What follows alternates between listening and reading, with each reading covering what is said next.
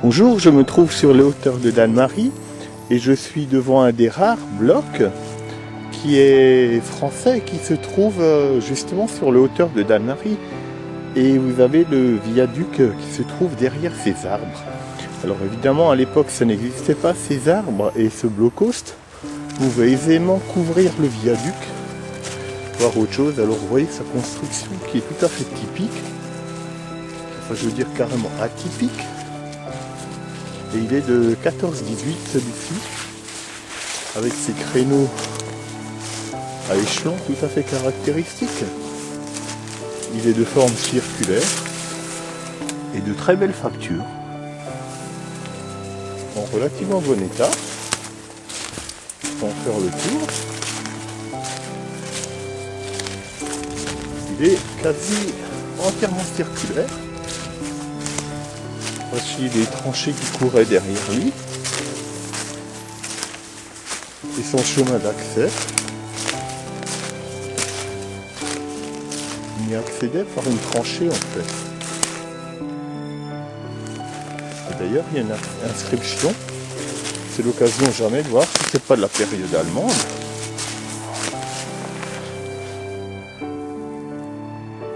Alors c'est écrit génie, donc déjà il est français. Je vais essayer de faire une meilleure image et je vais prendre quelques photos.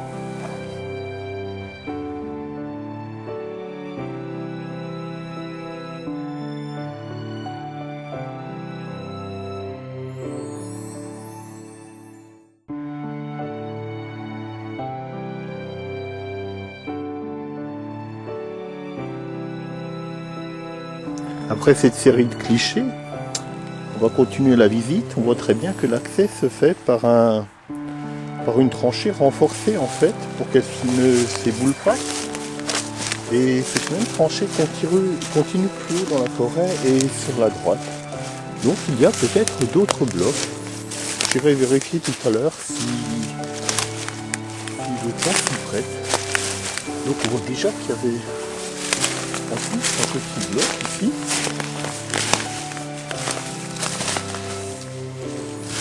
De protection. Donc vous voyez clairement un créneau de tir avant même d'accéder dans le bloc. Malheureusement il est inondé et c'est vraiment dommage parce qu'il est vraiment une très belle taille. J'ai essayé de faire une photo.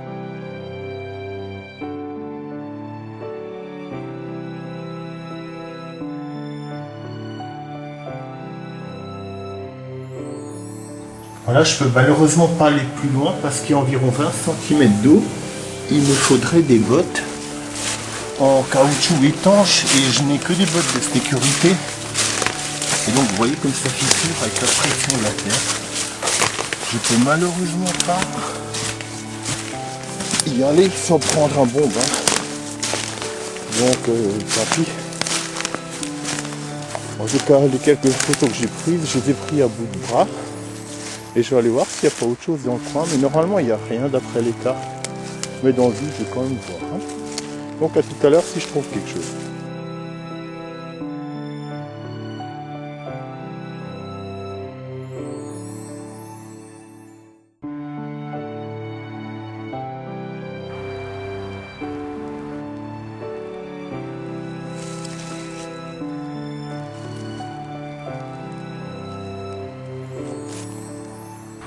Je me trouve maintenant au-dessus du blocos, à une bonne centaine de mètres, voire même 200 mètres.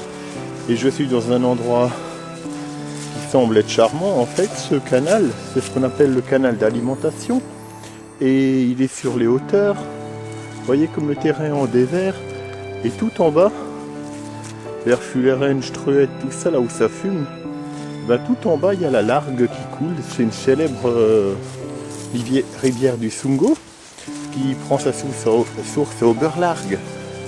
Et figurez-vous que une partie de cette eau qui vient de la Largue, tout là-bas dans les montagnes, tout là-bas derrière, est canalisée.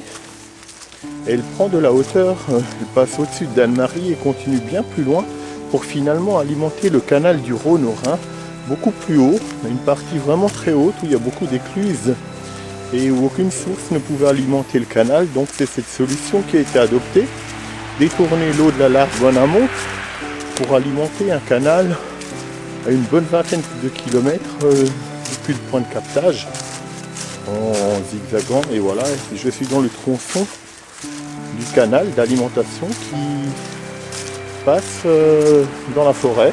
Et vous voyez la route en contrebas, donc alors de temps en temps il y a des poissons dedans. Quand maintenant on est au mois de janvier, on ne voit rien du tout. Vous voyez la route là-bas. Et ce canal suit son petit bout de chemin. Et sur une petite partie de son tronçon, elle suit des lignes de défense françaises en fait. Parce que quand il y avait la guerre 14-18, on se trouve sur les positions françaises ici. Et les Allemands étaient, comme vous l'avez vu dans mes autres vidéos, beaucoup plus vers l'est.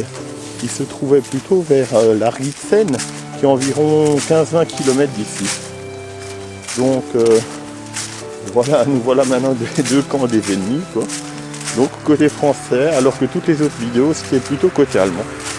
Donc je vais éteindre mon caméscope et aller un peu par là-bas, voir un peu si je trouve d'autres vestiges de cette période 14-18. Voilà, donc alors il me vient une idée, peut-être qu'elle est fausse, mais regardez le lourd ouvrage qu'est ce pont, vraiment de très bonne facture, fait vraiment avec grand soin, il pouvait supporter de très lourdes charges.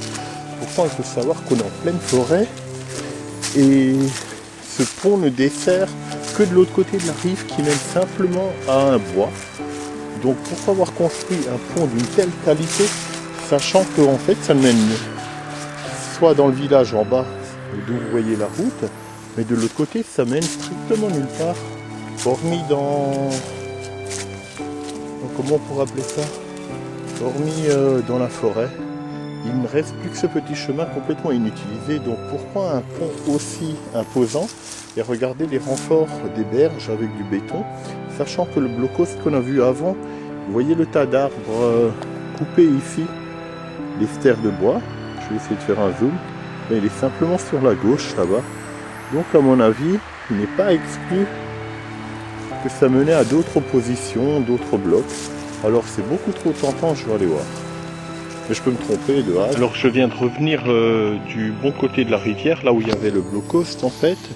Et je n'ai rien trouvé là-haut, hormis à ce qui ressemble à des restes de tranchées.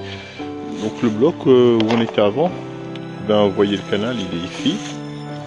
Si je me tourne vers la gauche, il est en lisière de forêt, il est exactement sous ce tas d'arbres. Vous voyez ces feuilles là, le renflement, c'est ça.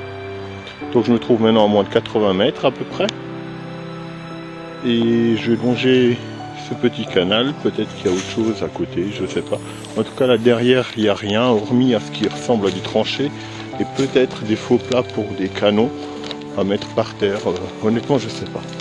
Donc je vais aller un peu plus loin et puis je rallume si je trouve. Je viens de parcourir plusieurs kilomètres, d'Anne-Marie c'est par là-bas. Et le blocos qu'on a vu se trouve dans cette direction. Je longe toujours le canal, mais je vais rebrousser chemin. Je sais que plus loin il y a des blocs par là-bas, enfin un en tout cas, mais je vais le filmer une autre fois, j'irai en voiture en prenant une autre route en fait. Et je vous laisse quand même admirer les montagnes. Vous voyez le grand ballon tout au loin, enneigé. Tout là-haut c'est lui. Et puis toutes les montagnes des Vosges qui vont jusqu'à Belfort par là-bas sur la gauche. Donc un très beau point de vue et également une belle position de défense. Donc on voit la voie ferrée qui est là en bas. Je vais faire demi-tour et de toute façon le sol est entièrement détrempé, c'est quasiment impossible de marcher là-dedans sans s'enfoncer jusqu'au cou. C'est ce qui m'arrive, mes bottes pèsent vraiment très lourd. Et je rejoins mon véhicule et je me laisse ces découvertes pour la prochaine fois. Après tout, il faut quand même que je puisse m'amuser aussi. Allez, à bientôt, au revoir.